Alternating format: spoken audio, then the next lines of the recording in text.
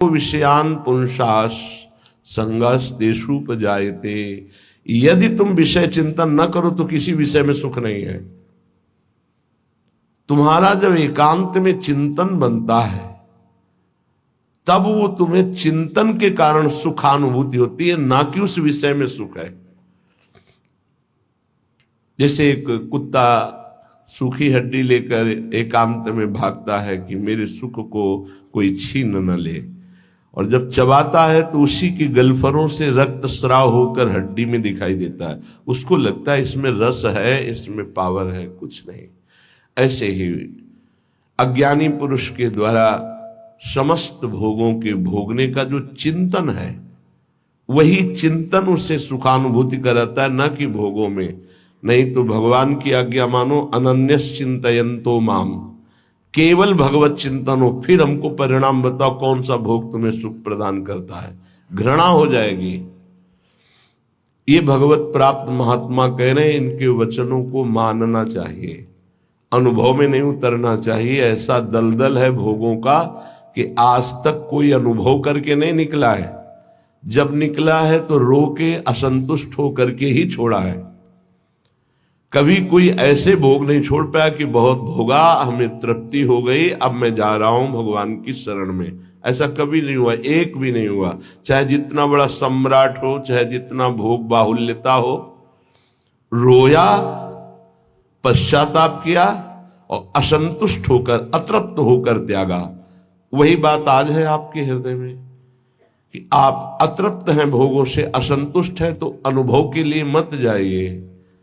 गुरुजनों की, महापुरुषों की बात मान लीजिए और उसका चिंतन छोड़ दीजिए। बस खास बात है, तुम्हारे को अगर कोई परेशान करता है तो तुम्हारा चिंतन परेशान करता है।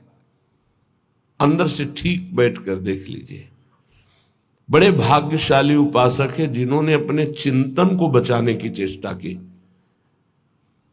कोई भी क्रिया तब होती है जब चिंतन होता है। ये बहुत सिद्धांत है, भगवान के वचन है। ध्यायतो विषयान पुंसास संगस्तेषुपजायते। जब हम किसी विषय का ध्यान करते हैं, चिंतन करते हैं, मनन करते हैं, तो हमारे अंदर उसके भोगने की इच्छा प्रकट होती है।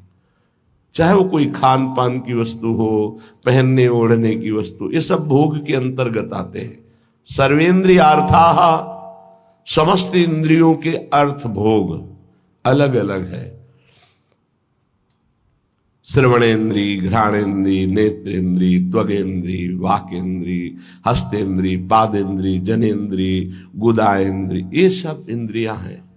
5 कर्मेंद्रियां हैं और 5 ज्ञानेन्द्रियां हैं। इनका मुखिया मन, ये 11 इनका काम ही है जगत के भोगों में चिंतन लगाना। बहुत सूक्ष्म विषय प्रार्थना है, ये संतों के अनुभूत विषय है। चिंतन किसी विषय का ना हो और फिर कोई भोग भोगो, बिल्कुल 100 में 100% आपको सुख नहीं मिलेगा। और ऐसे महापुरुषों का जो चिंतन भगवान में स्थित है, प्रियालाल में स्थित है, उनके लिए कहा गया वो विषयान गृह्णन्त मुंचन्त, वह कोई फर्क नहीं पड़ता। विषय सेवन में, पाप कृत्य में, पुण्य कृत्य में अंतर से देखा जाता है कि उसको बराबर 5 व्यक्ति बराबर वही क्रिया कर रहे हैं, चाहे वो पाप की हो या पुण्य की हो, लेकिन पांचों का फल अलग अलग हो सकता है। एक का राग नहीं है, बिल्कुल केवल क्रिया है, बिल्कुल राग नहीं है, बिल्कुल नहीं बंधेगा, उसका हर कर्म अकर्म हो जाएगा। एक है बहुत कम राग है, उसको बहुत कम फंसा उसको होगा। एक है संपूर्ण राग चित्त में है, उसको पूरी आसक्ति उसकी दुर्गति करा देगी। अंतर से तुम कितना चिंतन करके उस भोग को स्वीकार किए हो, बस खास बातें हैं। इसीलिए भगवत प्राप्ति के मार्ग में चाहे जो विषय हो, यदि वो बहुत प्रिय लग रहा है और उसका हमारा चिंतन बना है तो उसे हमें सेवन नहीं करना चाहिए, चाहे वो कितना सतोगुणी भोग क्यों न हो, क्योंकि हमारा चिंतन बना है। और अगर हम भोगेंगे तो चिंतन पुष्ट हो जाएगा और बार बार चिंतन होगा तो हमारे चिंतन में विघ्न पड़ेगा। इसलिए जिस वस्तु का चिंतन हो कि आज तो अमुक चीज खानी है, अमुक चीज देखनी है, अमुक चीज भोगनी है, उसका बहुत सरलता पूर्वक यदि माया ने सानिध्य दे दिया है तो भी ना भोगा जाए। ये बहुत अंदर से अध्यात्म पुष्टि की बात है, इसे समझ लो। श्रीपाद कह रहे हैं विषम, पहली बात यह है कि तुम हर्षित होकर जे ही भोग में जाओगे तो परिणामता तुम्हें शोक मिलेगा, क्योंकि द्वंद्व है ये विषम है। हरिवंश महाप्रभु इसी संसार पर विजय प्राप्त करने के लिए प्रेम की बात कही है। अगर इस संसार को जीतना है तो एकमात्र भगवत प्रेम है, दूसरा कुछ नहीं, दूसरी किसी की सामर्थ्य नहीं है। प्रेम में बहुत प्रबल शुभ अशुभ दुर्ग विध्वंस बल तब जयति जयति जग उच्चरे। सेवक जी महाराज कह रहे जीति विषम संसार कीर्ति जग विस्तर है। जीति विषम संसार कौन? जय जय श्री हरिवंश नाम गुण गाई है, जो नाम जप कर रहे हैं, लीला गायन कर रहे हैं। विषम निरय वदभात सर्वेन्द्रियार्थाः, इंद्रियों के जितने भी भोग हैं ये सब नरक प्रदान करने वाले हैं, इनमें किंचन मात्र सुख नहीं है। श्री कृष्णचंद्र जी ने गीता जी में कहा दुख योनयः, अर्थात केवल ये दुख प्रकट करते हैं। पक्की बात है, सच्ची बात है। अज्ञान के कारण आपको ऐसा लगता है कि इंद्रियों के भोग भोग कर मैं सुखी हो रहा हूं, लेकिन सत्य विषय यह है कि जब उनको भोगो तो अंदर से आता है कि जो मैं चिंतन में सुख प्राप्त कर रहा था वो तो है ही नहीं। बड़े बड़े भोगियों को घृणा होने लगती है, पर वो घृणा दूसरी तरह की होती है, वैराग्य नहीं होता।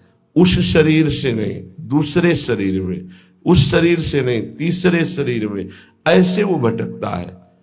और जो विवेकी होता है वो संपूर्ण भोगों से न पिंड छुड़ा लेता है।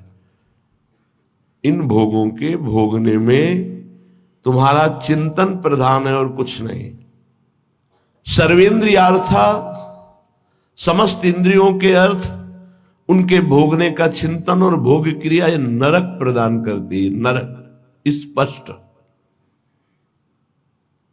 सर्वे भोगा भवंति प्रबल गरल,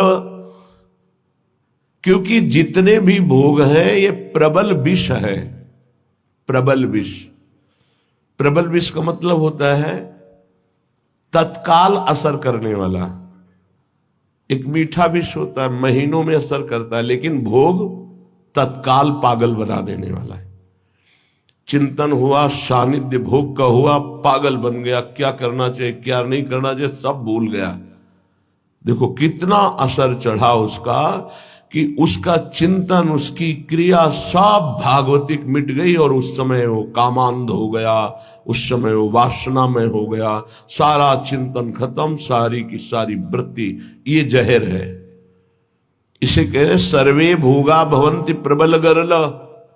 ये प्रबल विष है जो तत्काल चढ़ता है, देखने से चढ़ता है, छूने से चढ़ता है, चिंतन से चढ़ता है, फिर भोगने से क्या होता होगा। ये ऐसा प्रबल गरल है, विष है कि एक विष तो खाने से ही केवल एक शरीर में चढ़ेगा, एक जन्म नष्ट करेगा।